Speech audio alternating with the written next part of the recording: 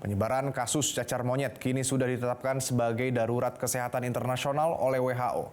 Di Indonesia, sejak kasus pertamanya pada tahun 2022, setidaknya terdapat 88 kasus dengan jumlah tertinggi ada di Jakarta.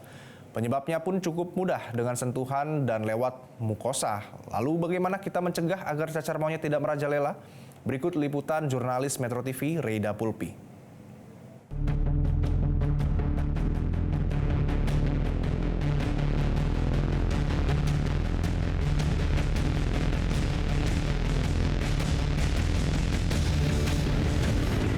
Cacar monyet atau monkeypox atau yang kini dikenal sebagai mpox ini lagi-lagi mengguncang dunia dan tak terkecuali Indonesia. Karena penderita mpox setiap tahunnya selalu meningkat, bahkan untuk penularannya bukan lagi dari monyet atau dari hewan terhadap manusia, tapi bisa juga dari manusia ke manusia, di mana melalui sentuhan kulit pun seseorang juga bisa tertular mpox. Meskipun angka fatality atau tingkat kematiannya rendah, tapi perlu menjadi perhatian. Lalu seperti apa ciri-ciri dan juga gejalanya dan apa yang bisa kita lakukan untuk mencegah terjadinya penularan mpox? Ikuti penelusuran kami. Organisasi Kesehatan Dunia WHO kembali menetapkan mpox sebagai Public Health Emergency of International Concern atau darurat kesehatan masyarakat yang menjadi perhatian internasional pada 14 Agustus 2024 menyusul peningkatan kasus mpox di Republik Demokratik Kongo dan sejumlah negara di Afrika. Per 12 Agustus 2024, WHO mencatat sebanyak 99.176 kasus konfirmasi mpox, termasuk 208 kematian yang dilaporkan oleh 116 negara anggota WHO sejak 1 Januari 2022 hingga 30 Juni 2024. Bahkan di wilayah Afrika, Republik Demokratik Kongo menjadi negara dengan jumlah kasus mpox tertinggi yang menyumbang 96 total kasus di benua tersebut. Sementara kasus mpox di Indonesia pertama kali terdeteksi pada tahun 2022, meski mpox disebut tidak akan semasif pandemi COVID-19. Ya, di Indonesia rasanya mudah-mudahan tidak, karena dari pembelajaran yang lalu ini ada 88 kasus yang sudah terlaporkan. Dan populasi yang paling banyak dilaporkan adalah populasi dari DKI Jakarta. Ternyata itu tidak semasif COVID. Jadi memang ini mengenai populasi terbatas dan ini bisa dicegah. Ya, jadi dari pembelajaran kita yang lalu di tahun 2022, 2023 hingga semester 1 di tahun 2024 ini kita banyak menerima pasien-pasien atau kasus-kasus mpox.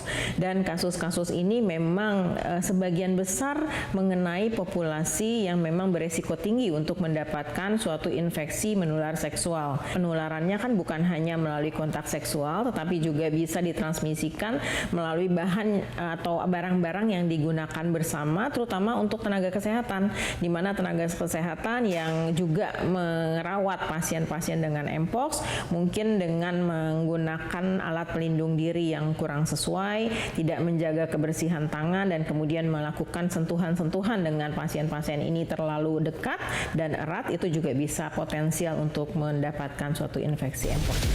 Pemirsa, sejak tahun 2022 hingga 20 Agustus 2024 setidaknya sudah ada 88 kasus mpox di Indonesia. Ya, kalau kita lihat ini adalah sebaran di seluruh Indonesia, di mana DKI Jakarta memiliki kasus terbanyak yakni 59 kasus. Nah, masa inkubasi mpox ini lebih lama dibandingkan COVID-19 sekitar 6-16 hari atau 5-21 hari. Nah, rasio kematiannya memang cukup rendah dibandingkan COVID-19 sekitar 3-6%. Nah, ini adalah ciri-ciri yang perlu Anda perhatikan, gejala-gejala terkena mpox. Sebenarnya hampir mirip pemirsa dengan cacar air, namun yang berbeda adalah bentuk ruam. Kemudian kalau cacar air biasanya langsung menjalar ke seluruh tubuh, sementara untuk mpox biasanya ada di satu titik tertentu, seperti misalnya ada di dekat alat kelamin atau di wajah, kemudian barulah menyebar ke bagian tubuh lainnya. Nah, meskipun angkanya memang masih cukup rendah, selama 2 tahun terakhir hanya 88 kasus di Indonesia, tapi tentunya mpox ini perlu menjadi perhatian. Nah, yang menjadi pertanyaan, bagaimana kita mencegah penularan mpox yang semakin masif di Indonesia?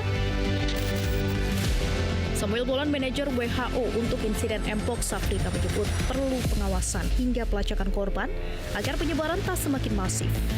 I think first important to note that for most people in most parts of the world, we're not really thinking of grappling with another major pandemic like COVID was. But indeed, this past week, the Director General of the World Health Organization declared a public health emergency of international concern, which definitely does mean that Mpox is a concern of ours that we have been and will continue to monitor and track really closely. Effective surveillance, effective contact tracing, alongside robust risk communication and community engagement, those are the best ways to control the spread of Mpox, both within countries but also across borders. Ada dua jenis vaksin untuk Mpox ini. Yang pertama vaksin primer, yang kedua namanya post exposure. Primer itu diberikan pada kelompok risiko tinggi, yang post exposure diberikan kalau orang sudah tertular tapi masih beberapa hari, ada yang bilang 4 hari, ada yang bilang 8 hari vaksinasi.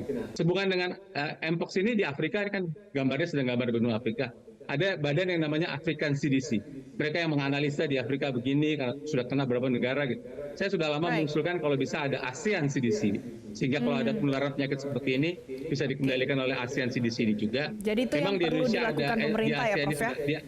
Untuk ASEAN CDC juga ada. Sudah ada ACFED, tapi saya belum pernah dengar tentang ASEAN CDC. Sebagian besar kasusnya ringan, gitu ya. Sebagian besar kasusnya ringan. Cuma seperti pembicaraan kita offline tadi, saya ingin sampaikan bahwa memang ini public health emergency of international concern dan orang kemudian menghubungkan dengan COVID. Sejauh ini sih kita bisa berharap bahwa Mpox ini sesudah dinyatakan sebagai public health emergency of international concern, dunia bisa mengendalikannya. Jadi tidak sampai menjadi pandemi seperti COVID dan influenza H1N1 tahun 2009. Untuk mencegah penyebaran Mpox, sejumlah cara sudah dilakukan pemerintah, seperti mengaktifkan penggunaan alat pemantau suhu tubuh atau thermoscanner di bandara. Salah satunya adalah Bandara Ngurah Rai Bali.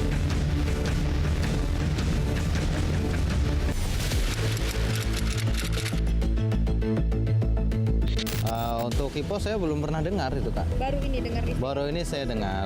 Cacar monyet, Cacar monyet juga baru dengar saya malah. Pernah. tahu ciri-cirinya? Ciri-cirinya yang detail nggak tahu. Yang setahu itu monkeypox itu kayaknya. Apa ya? Atau cuma Ya pernah kayak, namanya? iya.